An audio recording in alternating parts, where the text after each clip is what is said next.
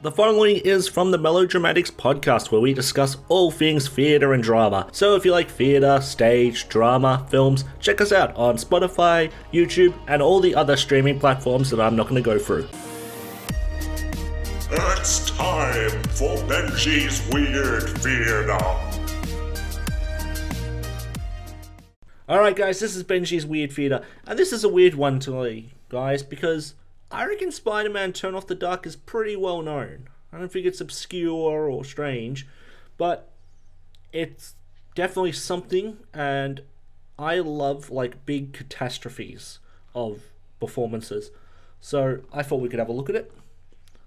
So in 1962, with the success of the Fantastic Four, Marvel editor and writer Stan Lee was thinking about casting new comics and making new sort of superheroes. He came up with the idea of Spider-Man because there was a surge of teen demand for comic books. He went to his publisher, and his publisher said, "Stan, that's the worst idea I've ever heard of. First of all, people hate spiders, and you can't call a book Spider-Man. Secondly, he can't be a teenager. Teenagers can only be a sidekick."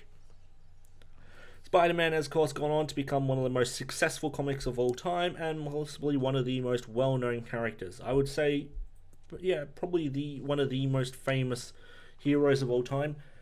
Success has lent itself to film and television and other mediums. He had a very popular animated series in the 90s, plus a run of films that every time you think they're dead, another one comes out. Spider-Man Turn the Dark basically came from the success of the Sam Raimi film in the early 2000s. Its storyline follows closely to the original origin story of Spider-Man and the Sam Raimi sort of version, but sort of goes on its own way. Story is, Spider-Man follows nerdy teenager Peter Parker as he's bitten by a genetically altered spider. He discovers that he's obtained super strength web-slinging abilities depending on the version there. In the Sam Raimi versions, it's genetic, like it comes out of him, but in other versions he makes it himself. And he has to battle his arch-nemesis Norman Osborn, who is the father of his best friend, and takes on the alter ego, the Green Goblin. Peter's troubles begin to pile up because he loves women. It's always fucking Mary Jane in these ones. But eventually he comes out on top. So little notes about this performance first. U2 members Bono and Edge were brought in to write the music and lyrics for the original show. The show was directed by Julie Taymor after the producers showed up at her house with a bag of money and said, "We'll just give you no oversight. Do whatever the fuck you feel like." This is kind of true because she had done Disney's Lion King. It became the most successful show of all time, so whatever she touched at the time turned to gold. Spider-Man Turn Off the Dark therefore became the most expensive production in Broadway history with a budget of $75 million. It suffered really badly. What did we think of it? What did we think of this beautiful musical interpretation of Spider-Man? So funny thing, I couldn't watch the video, I couldn't listen to the audio, so I had a very sort of closed idea as to what the heck was going on. And so, so Julie Taymor is one of my favorite directors, film-wise, and, you know, U2, like, what?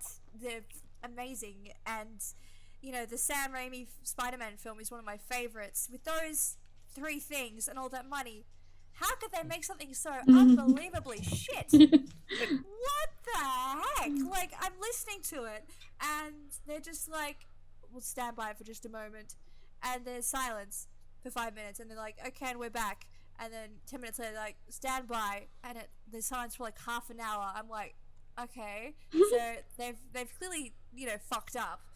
Yeah. You know, good on them for still going, but you think after enough rehearsals, you wouldn't. It was notorious for them having to pause the show mid scenes and just basically tell the audience that there's been a little bit of mistake. We have to give us 5 minutes. I watched a video. Apparently, the guy who plays Spider-Man there was the scene where he's trying to save MJ. The cord snapped and he like broke his neck or something. Yeah. Like he fell into the pit. Yeah, People like there saw that was live. notorious for a lot of. I have something on here. I was gonna bring it a little bit, but yeah, there was a string of mishaps that plagued the production, technical issues, injuries, technical glitches, injuries on set. I think even the woman who played Mary Jane actually was injured at one point. How now? See, 75, everyone who's listening to this, 75 million, numerous injuries on set. How can this show be boring? It was. Yeah, it really looked was. good, It was but it didn't so sound good. boring. You know what frustrated me? Yeah. You could see the backstage crew moving the sets. I was like, that's not supposed to happen. It's the same. It's a shame because like a lot of what they were doing was very technically advanced and did look great. Like for some reason they added in a sort of spider god, and she hangs around the story for a little bit. That was interesting, but yeah. I thought that was redundant. You know, this show was already long enough. You don't need to add more scenes. But like every time when they brought her in and brought in her sort of followers, it looked amazing. Yeah, that's what I liked, that she looked amazing, that bit. Cool. When Peter first started to realize he had the Spidey powers, there was a scene where he's like bouncing off the walls, and you could literally see the crew people holding those walls, and they were like literally bouncing. I'm like, how do you have a budget that big and yet you have this kind of thing that just looks really tacky? Yeah, so the expectation is different for it. It's because like if I saw like an amateur production, Yeah, fair at a enough. school, and there were stagehands and they were holding up the set while Spider-Man was jumping around. You could pass. I think, Yeah, that's not art, accept that. But with this sort of budget and this sort of Broadway. professionalism, I would expect, to cover it up a little bit better. What was with the narrators as well? Like they're reading a comic book or something. They sounded so painful. Like I hated them both. Like and like They were sexism almost and- as shit as us. Oh, God, Almost. No, it's just like it is so tacky and corny. Like I know Spider-Man is a bit tacky and corny, but like not to that level. And I just like Spider-Man. Who came up with the idea that let's make Spider-Man a musical? I mean, Sony owns the rights, right? So Yeah. there would be Sony. I What the fuck, Sony? I haven't done any research into that aspect, but I would imagine it was probably the same line of thinking of the Lion King. Like, Yeah, but the Lion let's King- give it a go and see what, for the idea of art. Yeah, but the thing with the Lion King, Is that it is a musical? it's already a musical. Yeah. So like. yeah. Yeah, it's the whole thing. Like Spider-Man is a comic book, and it's like I think it was more based off the Sam Raimi film from what I saw. well, even that's yeah. not a musical film. It's a sad film. It's like, come on, there are so many Yeah. other films you could make into a musical for that kind of budget. Like, why? Did it have Maybe fans Tamor at the wanted time? to challenge herself. Like, Spider-Man was quite popular back in the day. When Still this was is. made as a musical, were there heaps of Spider-Man fans that were wanting to see it? Yeah, the Sam Raimi film, like a lot of people, like especially younger people, that don't understand how sort of big that was. I remember we didn't have. Spider-Man. Yeah. Yeah, I remember the film was massive. But Yeah, it was like the first ever sort of. Well, I mean, apart from like it'd been years since Batman, and it was sort of like this was a very high budgeted adult approach to the character. oh yeah, the first proper superhero film. Yeah. I hated it. I mean, now they've got Shrek the musical as well. It's just like. Yeah, but that once again is sort of more Shrek's musically kind of, really inclined. musical. I guess I just think this musical has paved the way for shit musicals. I have a note here that I like. I think Mary Jane's song. I think Mary Jane's song about living in a broken home is the shittest song I've ever heard in my life. I heard that. Yeah, it was like jumping between her and him, and I'm just like, well, this is painful. Like, Yeah. there's no. It wasn't feeling in done this. well. Like, see, that setup looked really beautiful to look at because I kind of like those things where it's split screen and something's happening on one side and one's the other. But when they were singing, I could barely understand what either of them was singing about. That's a shame because the set was amazing. Yeah. I did like the bit when they would transition between sort of the outside world and the school by dropping the stage down like a web. I think that was amazing. That is cool. I, of course, didn't see that. Yeah. I also have like some notes here that are just every Spider-Man film and every Spider-Man play. I'm supposed to believe this 6'4" muscular cutie is a nerd and not really liked by anyone. So cute. Yeah. Tobey Maguire, hello. He's not that attractive. Yeah, but he's an asshole on set, so that was just life imitating art. Is he? I heard he's really nice. He's friends with DiCaprio. They are in. This is true. In Spider-Man, I think it was either 3 or 2. But there was a scene where like an extra has to like punch Tobey Maguire in the face, yeah? Oh, no. And he was sort of getting ready to do it, yeah? And the crew walked up to him and said, "We'll give you $100 if you actually punch him in the face." Ooh. No, but what I I was also have, was... how come in every Spider-Man movie and every Spider-Man interpretation, the bullies are always in their mid-20s? It's Hollywood. This is New York. You can't hire a younger actor. Like, I mean, I know it would look weird with like an older sort of man, but I don't it's know. always. I just who wants to work with kids? You know, who wants to give kids a chance? That's true. Legal mumbo jumbo you gotta do. Yeah. One But thing you I've know, written here. the first Spider-Man is still the best. I've never really enjoyed any of them. Yeah, But no, actually, I liked number 3 with the Sandman. I thought he was a very good character. Yeah, but I mean, out of the Spider-Man, you know, Tobey Maguire, Andrew Garfield, and Tom Holland, I think Tobey Maguire is the best. Ooh. But then again, like, Tom Holland is more similar to the comics, but... I think he more matches the character better. Anyway, Lauren, what were you saying?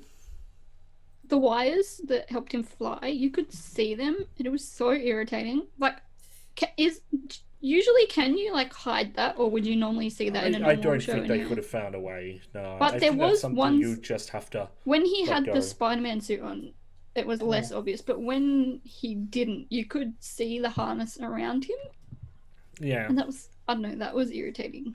I just feel I like don't know, being if a I- Broadway show with that kind of budget, surely there's some way you could hide Yeah. it a little bit better. Like, know, but- make it believable that he's jumping off the walls and not just swinging on a rope.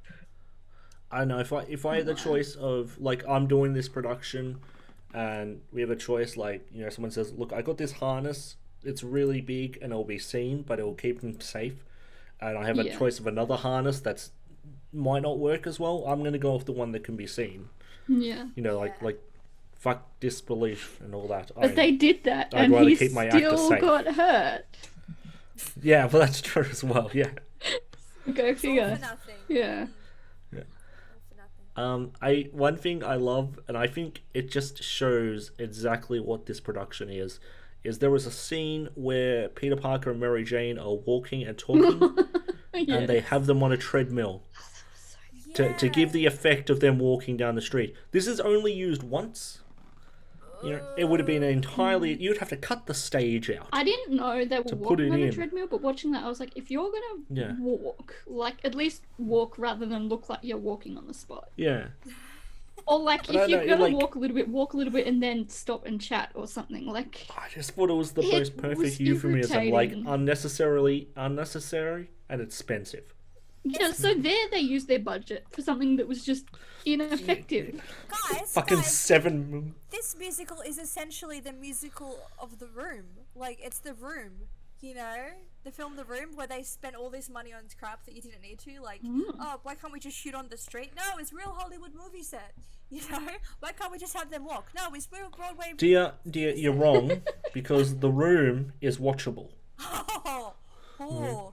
Well, you know what? I can't talk because I didn't actually Yeah. watch Spider-Man. I listened to it. Every time the wall's on, I'll watch it. Sorry, I meant every time The Room is on, Yeah, I was I gonna say watch it. The Yeah, Wall. Isn't that by Pink Floyd? there's a film Yeah. of The Wall. Yeah, that's a good one. But I Spiderman. I wanted to love this. Like, it's exactly what I love. It's, hugely expensive, train wrecks of a production, and as bad as it was, I just couldn't. I just couldn't bring myself to enjoy it. And Yeah. I feel that if it was at least like The Room, where it was so bad it was enjoyable, it would be endearing to people. Yeah, but it just wasn't. And like these professional like Broadway producers, they don't have the leniency that like what's his name has. Yeah, it's kind of interesting because I just wonder where it went wrong, because these actors, their performances weren't very good, but they've all gone on and done better things, or done better things beforehand. Really? And even Tamor has like proven 'cause that their she can be a performances- great director. Yeah. Yeah, no, their performances sounded very hammy. Like Yeah. something you'd see in like a High School Musical or something. But no, Julie Taymor's fantastic. I mean, we all have to make one shit show. I guess hers was just on epic proportions. Considering Lion King. Yeah. The higher you rise, the lower you fall. Yeah, what do you reckon? Do you reckon it would have been... she's made like a ton of money now off The Lion King and all that. Do you reckon it's easier to do a shit performance, to do a shit show after you've done a big performance that's been widely successful and critically adored? Or is it better to do a shit one when you're really unknown and then sort of learn from it? I guess, well, like, in my film career, all my past things are shit shows, in my opinion. So, it just, you can't really plan these things. You can't really plan these things. Yeah. And, I guess that maybe she just didn't have her heart in this like she did The Lion King. Yeah, But- it is an interesting point though. Let's be fair. Our films compared to this are horrible. Like, our films are shit compared to this performance, compared to this show. Hey! Yeah, fuck, stuff you! No, our films have a fucking good cast and coherent storyline and aren't a corporate drooling hole. That's what Spider-Man is, a corporate drooling hole for Sony. Yeah, just so they could try and, keep the franchise. That's what they're doing. They're clinging on to Spider-Man because they know that it's starting to make money, and they don't care about it anymore. They're like, well, just do whatever. Who gives a shit? Sure, it's a musical now. It's like, I don't get it. Yeah, it was Reeve Carney who was the main, who played Spider-Man. And he has gone on to play Orpheus in Hadestown, sorry. He was also in Dorian Gray, and he also played Dorian Gray in Penny Dreadful. And I know my housemate was quite taken by him. So, he's not a bad actor. So, maybe it was just that, it was an off day for everyone for like 8 months. It just sounds like the producers are at fault. I mean, like, Julie Taymor is great. These actors, like you say, sound great. So, clearly they're at fault for thinking this was a good idea. I guess too, if like things kept just going wrong, like after a while your heart just isn't in it when it's so bad. I don't know what their Yes. working environment You was reckon it either, could but have if it been more was of a morale bad issue? working environment, then they probably just were just like, well, I don't really care anymore. Yeah, the snowball effect. Yeah. I have an idea as well that maybe, and I think it's something we've all sort of pointed out and sort of danced around here, it wasn't written well at all. It wasn't Yeah. written. Yeah, and I don't know, like, Well, if you think you're performing shit, you're going to try to make it as great as you can. Yeah. But, Yeah, but you can't polish a turd. I Yeah. haven't seen any of the Spider-Man movies, and I found it Really? easy to follow the storyline enough. Like the second half was a bit iffy. oh, yeah, With wait, the wait, Green wait, quickly Goblin. talk about this. Yeah. So they bring in the Sinister Six from the comics. I don't believe they've ever appeared in any of the films. No. And And rather than just getting an actor to put on the suit and, like, you know, do their intro like that, they choose, like, shitty 2006 graphics, like, from a game. What? And did that for 15 minutes. They still had of them in these person people, like, as well. posing and all that. It was fucking travesty. It was hilarious. Oh my god. Like, can you imagine? You paid all this money, you're sitting there, and you're watching shitty 2006 graphics on a giant screen. You know, it's like, fuck, man, couldn't they just, like, I don't know, get the actors to come out and dance a little bit? No, that would cost money. I will say one good point. The person who played Norman Osborn, amazing. Who was it? Like, I've never been bored by anyone who's played Norman Osborn. Oh, good. And there was the song where he's singing about becoming the person and trying it on himself. I thought that was the standout song. Is that the one you're gonna play for us? I'll play it at the end, yeah. I gotta pick one. I mean, it sounds like the only good one, right? Yeah. It carried a tune and a melody, and didn't stop halfway through. Yeah. But I do want to stress, like, for the listeners and all that, like, none of the people in this are bad actors. It just happened to be the one show where they all gave a bad performance. Yeah, it wasn't like great, but it And- wasn't obviously bad and cringy acting. It was just average.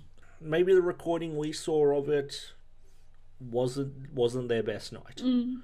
Because, I mean, there are Everyone some has a people bad who night. generally do defend this performance, and maybe they saw a night where they were amazing and everything was on point and there was no screw-ups. Maybe. Statistically, probably didn't, but, you know. Lauren, what are you going to give this out of 10? 3. Stiff. Dia, what are you going to give it out of 10? 1.5. Ooh, I really like the treadmill. Are you serious? I give it a whole point for that treadmill. I'm going to give it a 4 out of 10. We're being very generous, aren't we? Oh. But no, every time we, like, really hate on a performance, we always get people yelling at us. Really? Well, And it is welcomed this time. Fight me. Like, you sit down and watch this piece of shit. it is. I love you all. I love all the actors that are in this, and I wish them the best. It's all uphill from there, right? Well, that'd be the end of our show.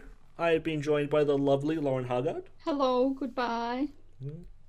the lovely Dia Taylor. A compliment. Oh, yeah. Bye. I've been your host, Benji Rag, and remember, you matter. Bye! bye.